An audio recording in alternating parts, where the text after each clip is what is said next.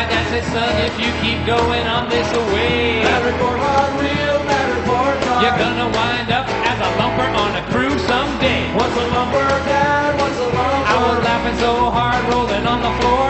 Dad, no one uses words like lumber anymore. The guys are outside, it's Friday night, I gotta go. See you later, thanks for the letter. He said, if you keep doing the things you're doing, if the things you're doing don't do you in, and they can always use another lumper on the second chance crew. Well, me and Billy, Bob, Rick and Ray, we were living for the party every Thursday, Friday, Saturday. And Sunday, don't forget Sunday. One by one, they moved away from home. The time went by, the next thing I know, I'm 31, I'm drinking with a bunch of 19-year-olds. What a loser, man, what a loser. If you keep doing the things you're doing, What a loser. if the things you're doing don't do you in, What a loser. and they can always use another lumper on the second chance crew. Second chance people got a touch of gray. They party their teens and their 20s away. Now they're sober, starting over, and they're 32. They're just about to be working on the second chance crew.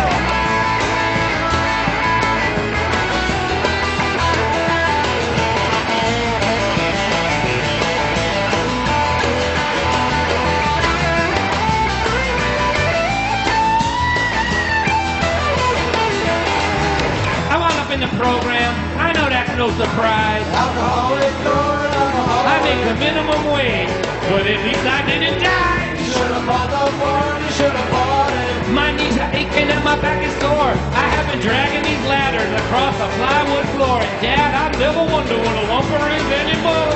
You're a lumber, Don, you're a lumber. He said, if you keep doing the things that you're doing, What a lumper. if the things you're doing don't do you in, What a lumper. they can always use another lumper down on the second chance crew. He said, if you keep doing the things that you're doing, and his voice sounds like that in my memory, if the things you're doing don't do you in, well, they can always use another lumper on the second chance crew.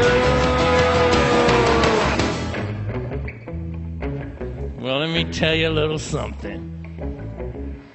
We were working kind of hard one week, and it was Friday night. We were on the second chance crew, staying a couple hours late on Friday evening, trying to make a few bucks overtime. We were building these condominiums right across the street from Barry Park, which ironically is where we used to skip school and drink kegs of beer, which was instrumental in having us wind up on the second chance crew in the first place. So there was a touch of irony there.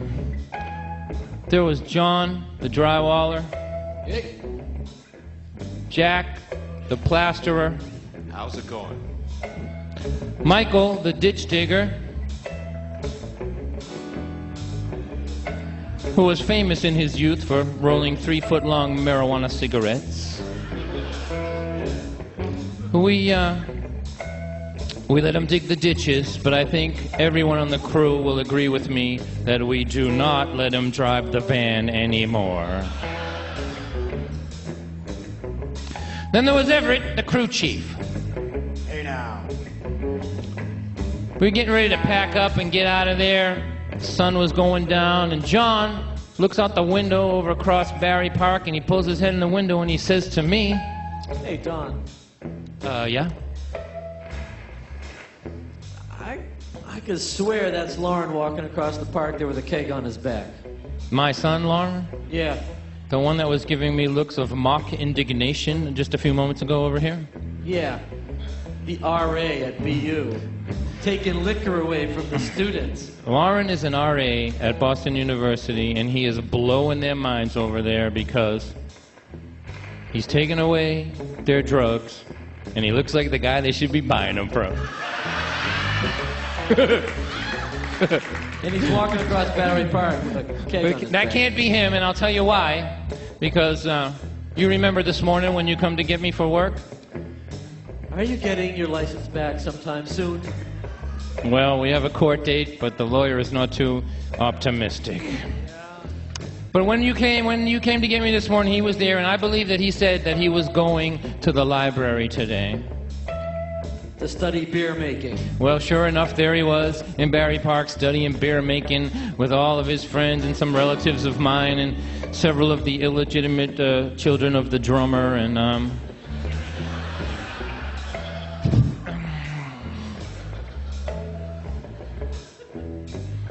so at that moment, Everett, the crew chief, comes over and he sizes up the situation, because he's the crew chief, and that's what crew chiefs do. They size up the situation, they make a decision, and they take action. And he looks out the window of this group of kids hanging around a keg of beer, and he hollers across the field to them. Hey, you no good for nothing, alternative music listening, cheap beer drinking, tongue and eyebrows pierced, having, depressed for no good reason. Punks! Put out that marijuana cigarette. Get your head from under that keg and listen to what I have to say. And you know they did listen to him. Not because they thought he had any great pearls of wisdom for their future and the decisions they were making, but they thought he might be crazy, and he might have a gun. And of course they were right on both counts. So we all went outside and we lined up in front of the condominium. We were like the ghosts of Keg Party Past.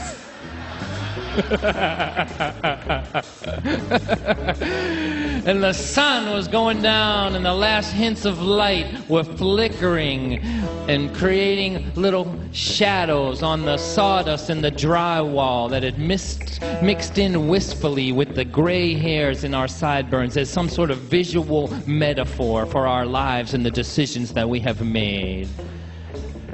And I looked over across the field, and I hollered to the group of kids. I said, all the boys on the Second Chance crew, we wrote this little song for you!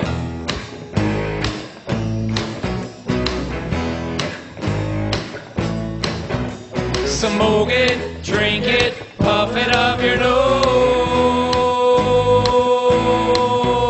while your education goes up in smoke.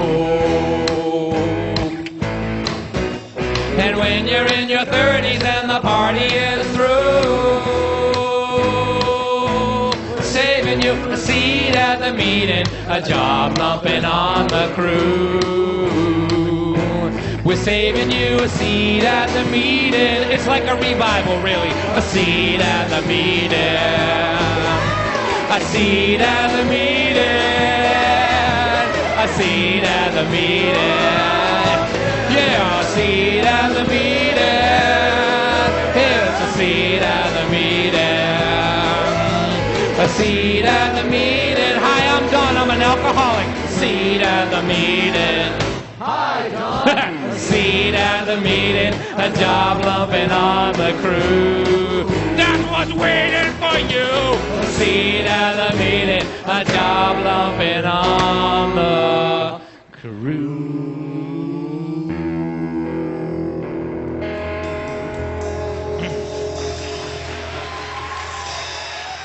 Thank you.